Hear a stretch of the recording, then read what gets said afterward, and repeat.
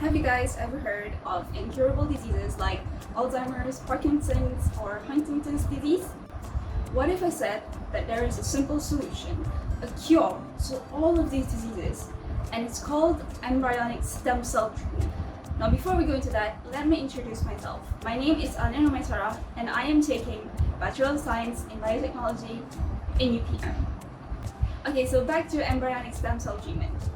So I'm sure you guys know that we all come from embryos. You know, egg cells and sperm cells fuse, and then we grow into an embryo. Like, that's normal. But I'm not talking about a natural embryo. I'm talking about cloned embryo.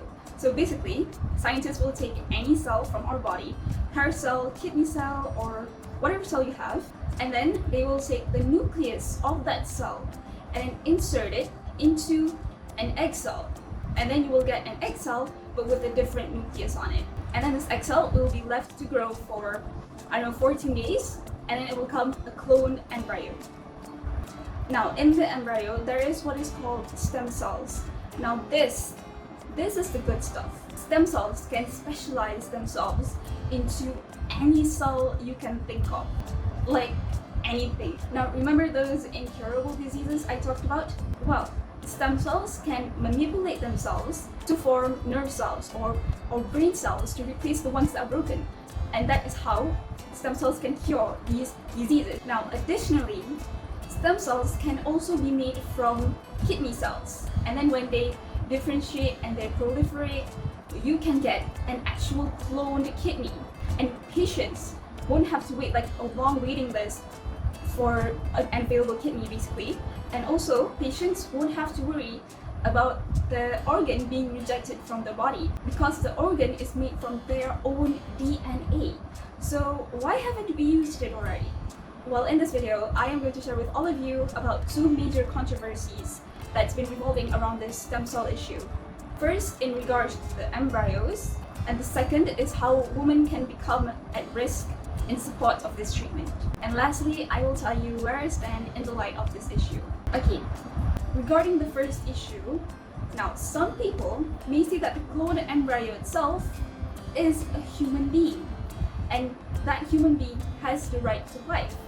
Therefore, destroying it after taking the stem cells from the embryos, people will see it as killing a human being. Outrageous, right? But I think this issue really comes down to our own personal opinion. When do you think we were given souls, life to us? Some people may think it's at the moment of conception, or maybe when the vital organs have developed in our body when we're fetus, or maybe when we come out of our mothers. Maybe that is where we are given life. Who knows? And is there really a right answer to this question? Now, I believe scientists only see embryos as just another bundle of cells, and that's why they can do research on it and not have a problem doing it. Okay, moving on to the second issue in regards for women. Like I explained earlier, scientists need eggs to make these embryos, right? And we get eggs from women.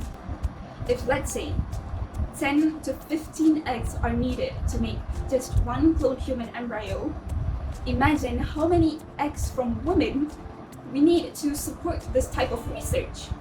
And taking eggs from women are not as easy as taking sperm, okay? Women will have to undergo surgeries, be given hormone medications, and they can also suffer long-term health risks after the surgery.